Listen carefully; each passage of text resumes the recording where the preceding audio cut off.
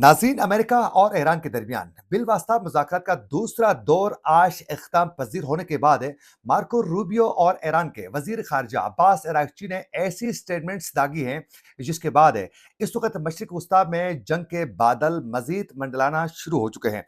नाज़रीन, अबनाए हरमुज़ पर ईरान की जानिब से गैर मामूली इस वक़्त एक्टिविटीज़ ईरान शुरू कर चुका है, तो दूसरी जानिब मशरिक़ वस्ता में अमेरिकी फ़िज़ाई ताकत में गैर मामूली इस वक्त इजाफा देखने को मिल रहा है। जहां ऑलरेडी इब्राहिम लिंकन समेत दीगर जंगी इस वक्त जहाज मौजूद हैं, तो अब अमेरिका मजीद मशरिक वस्ता में जो है अपनी फिजाई ताकत में गैर मामूली तौर पर जो है अमेरिका इजाफा कर चुका है। अब इसी दौरान ही supreme leader Ayatollah Ali Khamenei ने आज अमेरिका को खौफनाक किस्म की उन्होंने धमकी दे दी है।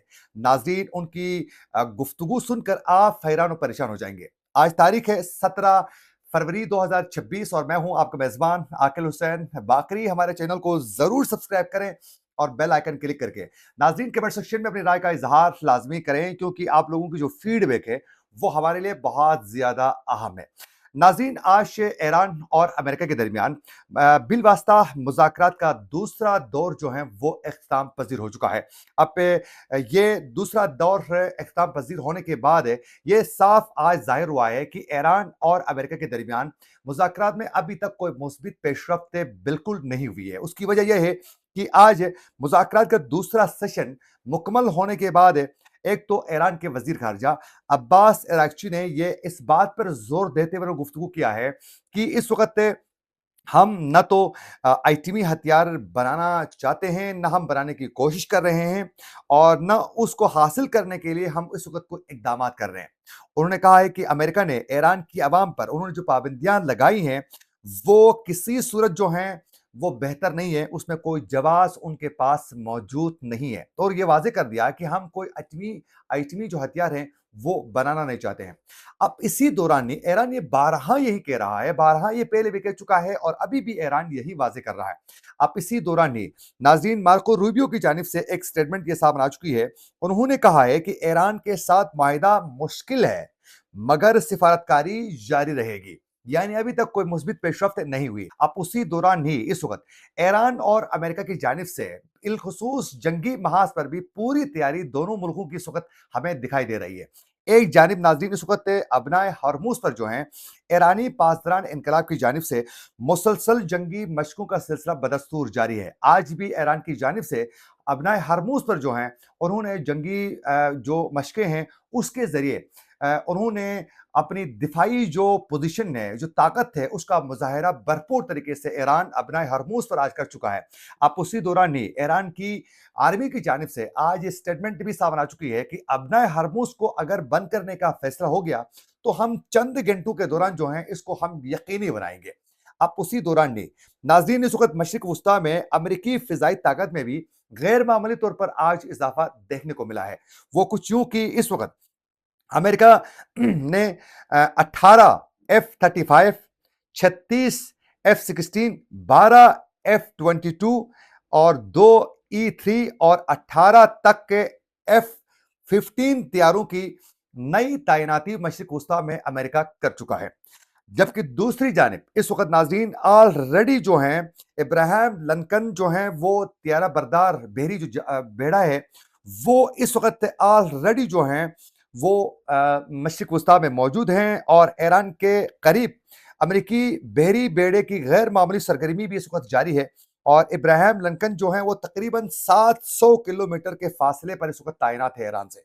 यानी 700 फासले तक की दूरी पर जो है इस वक्त इब्राहिम लिंकन को पहुंचाया जा चुका है, जहां एक जानिब इब्राहिम लिंकन को ईरान के करीब से करीब लाया जा चुका है और इसके साथ साथ जो दीगर अस्करी जो नकल हरकत थे वो भी बदस्तूर जारी है। तमाम जंगी जहाज ईरान के बिल्कुल करीब ला चुके हैं।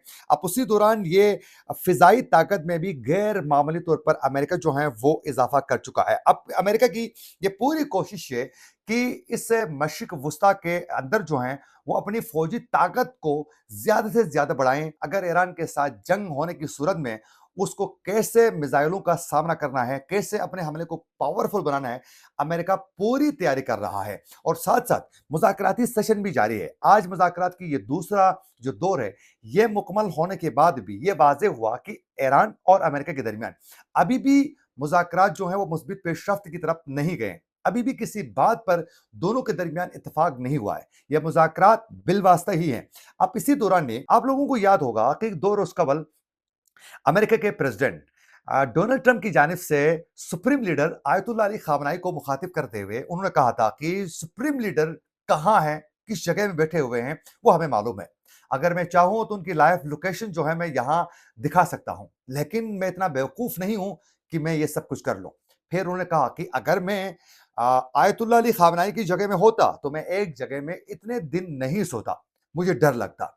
ये उनका कहने का मतलब ये था, वो इनडायरेक्टली सुप्रीम लीडर को ये थ्रेट कर रहे थे कि आप जहां रहते हैं, जहां बैठे हुए हैं, आपकी लोकेशन का हमें पता है। हम चाहें तो आपको निशाना बना सकते हैं।